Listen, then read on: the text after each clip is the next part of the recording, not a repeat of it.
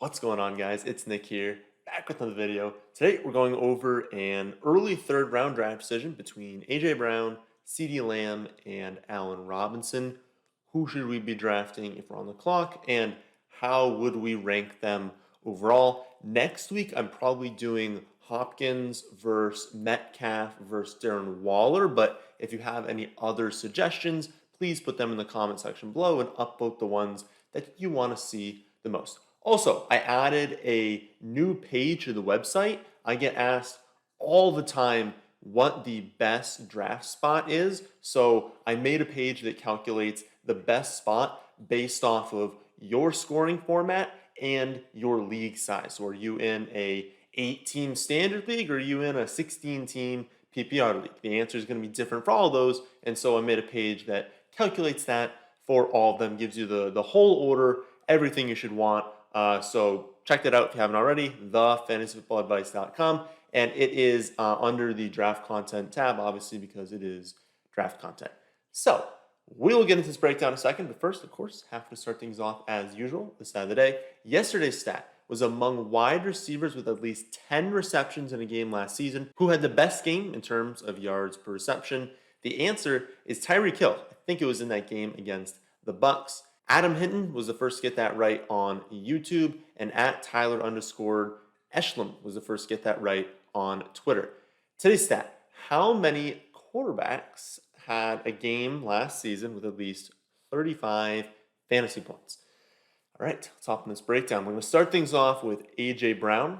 Brown will be entering his third season now at age 24, so he's right in his prime for a breakout season, which honestly, like, you could argue he's already had. He averaged 5 receptions for 77 yards last season to go along with 11 touchdowns and 14.8 half PPR points per game, which ranked 5th among all wide receivers last year. And the crazy part was he was playing through a knee injury for the entire season. I mean, the dude had surgery on both of his knees this offseason for an injury he suffered after week 1. And that's after a rookie season where he averaged 3.3 receptions, 66 receiving yards, scored 8 times, as a part-time player really until like week 9 or week 10. So he's been phenomenal. Like every single time he's been on the field, been getting targets, he has been productive to this point. And the reports out of camp right now are very, very positive. I mean, he has been crushing camp so far. Of course, we're still a little bit early in camp, and we don't have a huge opportunity to see some of these elite players because they're not really going to play much in the preseason. Teams know they don't need to push them hard in camp, but it makes sense, right? He dominated his first 2 seasons. Why wouldn't he be dominating in camp? Also, we need to talk about Ryan Tannehill. Like, the dude just never gets the respect that he deserves. As per Scott Barrett, his stats have been very comparable to Patrick Mahomes over his last 24 starts. Mahomes has the lead by a pretty wide margin in pass attempts, so of course he's going to also have the lead in yards as well, because if you're dominating in attempts, you're probably going to dominate in yards.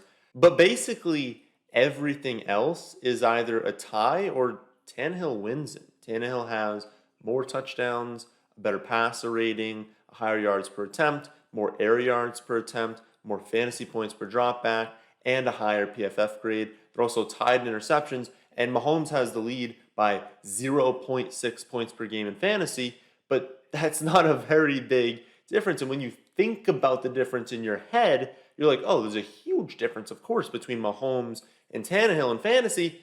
Well, is there? It's not as big as we think. He's been very, very good. He's been a quality quarterback.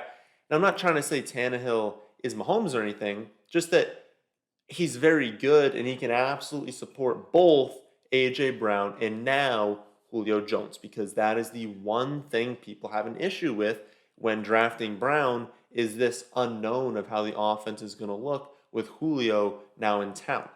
Also, one quick note, I'm recording this when we still don't know.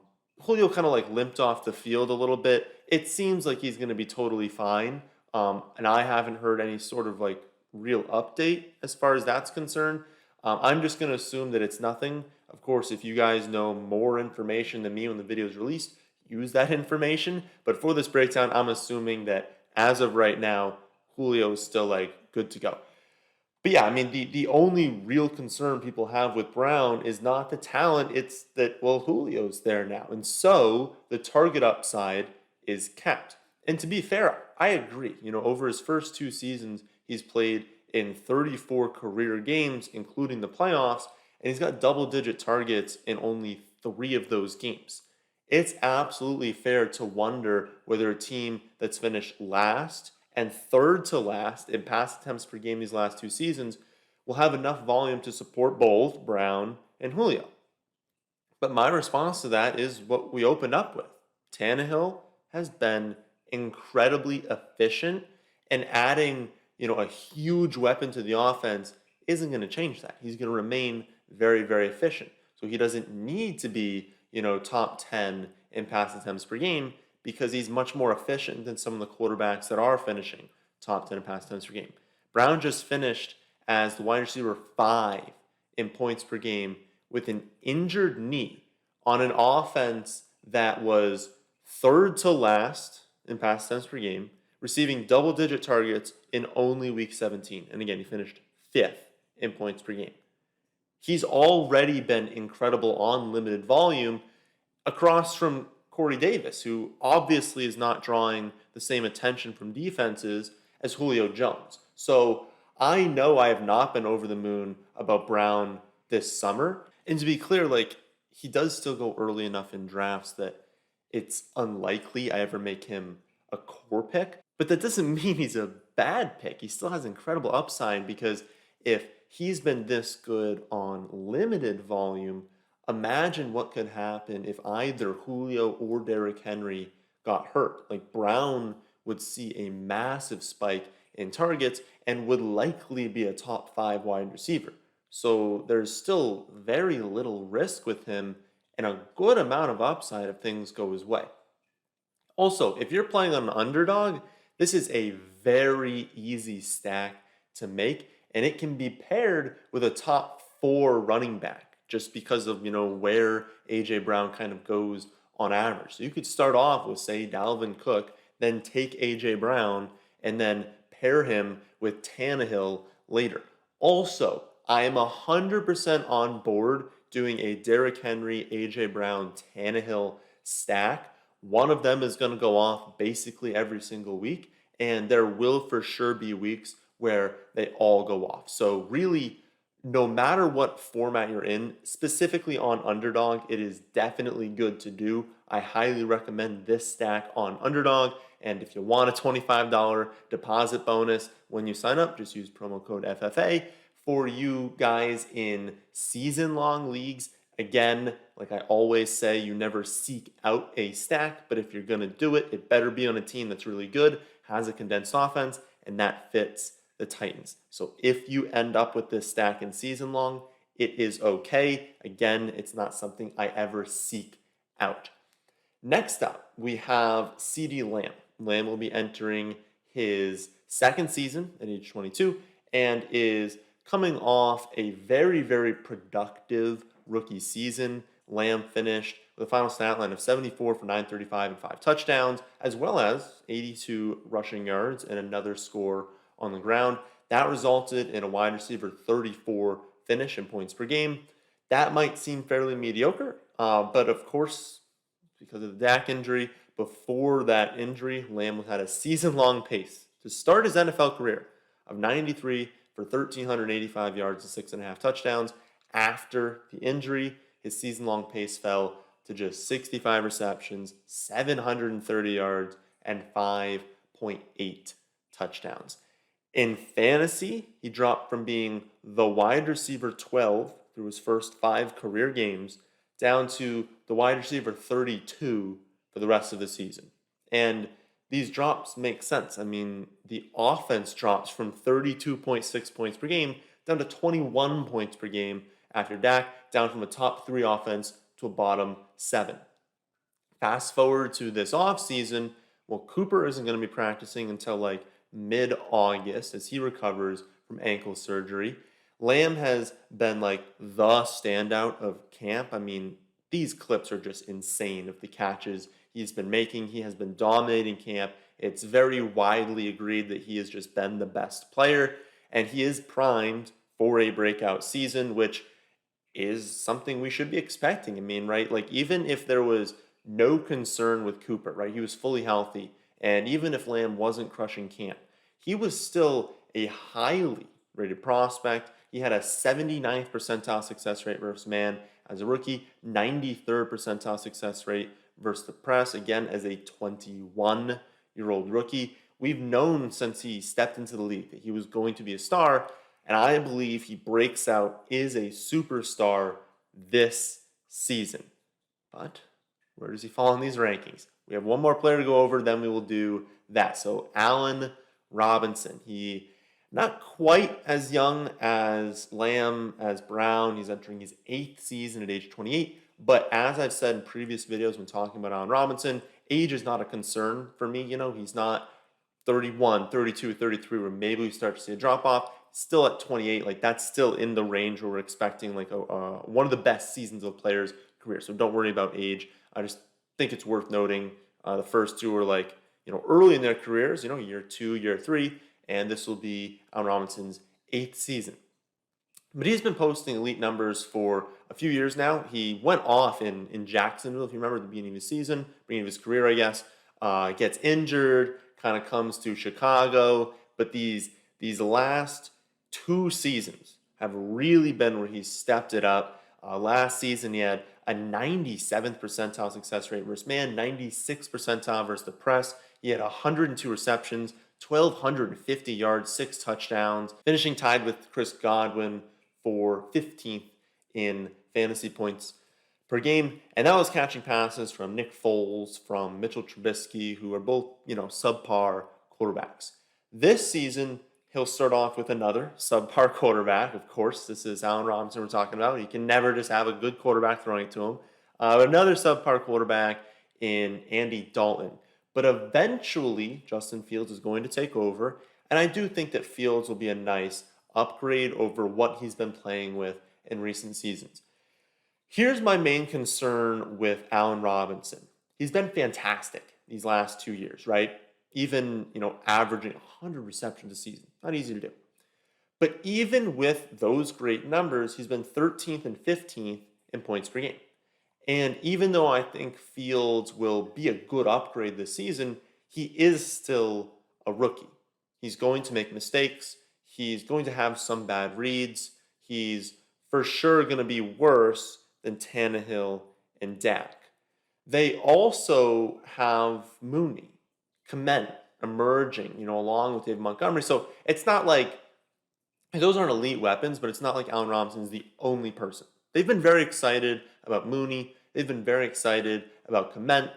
They have obviously been talking up David Montgomery. He's going to get a lot of work. Like, they have players that they're going to use. And so he's not a lock to see as many targets per game as he has been these last few seasons. And he's definitely not a lock to exceed that. And I think it's possible that he needs to exceed his numbers, like his targets per game of these last 2 seasons, which have been crazy high, to have a chance of competing with A.J. Brown and CeeDee Lamb. My other concern is where his routes take place, right? Corners, post, goes, they make up a very low percentage of his routes. So he does kind of lack that big play upside that can lead to spike weeks. Because if you're Allen Robinson, you need to get 9, 10, 11 receptions to have a monster week. Whereas A.J. Brown can have a monster week on 9, 10, 11 targets and not even catching all of them because he can get work deep downfield. He can score a 70-yard receiving touchdown. That's not as much, it's not as likely, I guess, for Allen Robinson because he works so much closer to the line of scrimmage. And while that's going to provide consistency, it's not going to provide those spiked weeks we want, and it's not going to provide spiked seasons. He's very, very likely to be around 100 receptions again, around 1,200 yards, around 6 touchdowns. But how much more can he do over that? Well, his ceiling isn't as high because of where his routes are run. So when you add all of that up, I come to the conclusion that he's going to be great this season. But a true breakout is relatively unlikely. He'll probably have a very similar season to 2019, 2020, and will likely finish as a high-end wide receiver too, and that is exactly where he's being taken. So I continue to think he's a good pick. You know what you're getting in Allen Robinson, and he's going to be good for you in fantasy. But if high-end wide receiver 2 and low-end wide receiver 1 is sort of where he's going to be, it's sort of his ceiling, I just have to rank him behind A.J. Brown and CeeDee Lamb. They both have great floors, but their ceilings are much, much greater. Between those two, I think it's extremely close. And if you have a lean in one direction, I think go with your lean. You're going to be much happier if you're making a final decision, not just listening to what other people tell you. But for me, my slight lean is towards A.J. Brown. I do believe that Dak is going to be a full go after the ankle injury. I do believe that this new injury with the shoulder is relatively minor. I believe that they'll hold him out for a good amount of camp because they just don't need to be playing him. But once it's week 1, week 2, week 3, like I don't think we're going to be looking back at this and being like, wow, can't play Dallas players because Dak looks so injured. I think they're going to be very, very cautious in the offseason. I don't think he's going to be playing much in the preseason. They're going to fully rest him and make sure he's good to go. So that's not really a concern for me. But it's like there. It's a very, very small concern, but it's there that like maybe, he's not 100% from the foot. Maybe he's like 98%. And maybe he's not 100% from the shoulder. Maybe he's like 97%. But like literally any downgrade, if we're looking at CeeDee Lamb versus A.J. Brown, it's like A.J. Brown is so good. His situation is so good that I think I just have to rank him higher because of that. He's been top 3 in yards per route run in each of his first 2 seasons. Again, 5th in points per game last season, despite the injury, despite never seeing high volume. I keep going back to what happens if the volume is there. Because we've seen what happens when the volume is not that high. He's not going to get fewer targets than he has been right now. Because I think that's the big thing that most people don't realize is like, bringing in Julio doesn't mean he's going to get a ton fewer targets. Like he's going to take the targets that Corey Davis had. He's going to take the targets that some of the tight ends had, the backup players had. He's not taking targets away from A.J. Brown. Okay, those two are going to have massive target shares in this offense. And also, it is not like Julio Jones has been a model of health. He's been banged up. And even if you're only going to give me like 3 games this season where Julio Jones is out and I only have A.J. Brown, I just know for a fact that in those weeks, A.J. Brown is a top 3 wide receiver. And the fact that I can get that in like the late second to early third round to pair with a top 3 or 4 running back is sort of unfair. Again, I guess spoiler alert, if you didn't go to the website yet to check out the best spots to draft from, it's the top 4 because it's literally just unfair getting a top 4 running back and pairing them with some of these wide receivers and tight ends that come in the late second and early third round. And I really think that I know I haven't put the fire icon on A.J. Brown yet, but I think he's such a quality pick because that upside is there even with Julio in town. This does not mean that CeeDee Lamb is not an exceptional pick. He just is a little bit behind. I think he's 1 spot behind in the rankings, but I still think he's an elite pick. I think the breakout happens this season for CeeDee Lamb, and again, I'm just going to keep him 1 spot back in the rankings because I think Brown has like a hair more upside, and there are just no question marks right now about his quarterback, where there are a few question marks about Dak Prescott. So both are elite picks, but my final ranking is A.J. Brown first, then CeeDee Lamb, then Allen Robinson. So that'll do it for this breakdown. Next week, again, we're probably going to go over Hopkins versus Metcalf versus Waller. But if you have a different breakdown, you're in the 2nd, the 3rd, the 4th round, and you're always coming to a certain decision, put it in the comments section, and maybe we'll go over that one next. And then if you're scrolling through the comment section, you see a breakdown you want to see, well, give it a thumbs up, and then I'm more likely to do it. Also, remember that our draft package and in-season packages are now up on the website. has a ton of great information there. I'm constantly adding new features like this new feature that tells you which positions are best based off of my current projections. So if you always want to see my up-to-date take on every player along with those projections, values, targets, avoids, individual breakdowns, and a whole lot more, you can always check that out at the website, thefantasyfootballadvice.com. But that'll do it for this one. Hope you all enjoy. If you did, then how about hitting the like button? And how about subscribing to the channel if you're new here? Thanks for watching.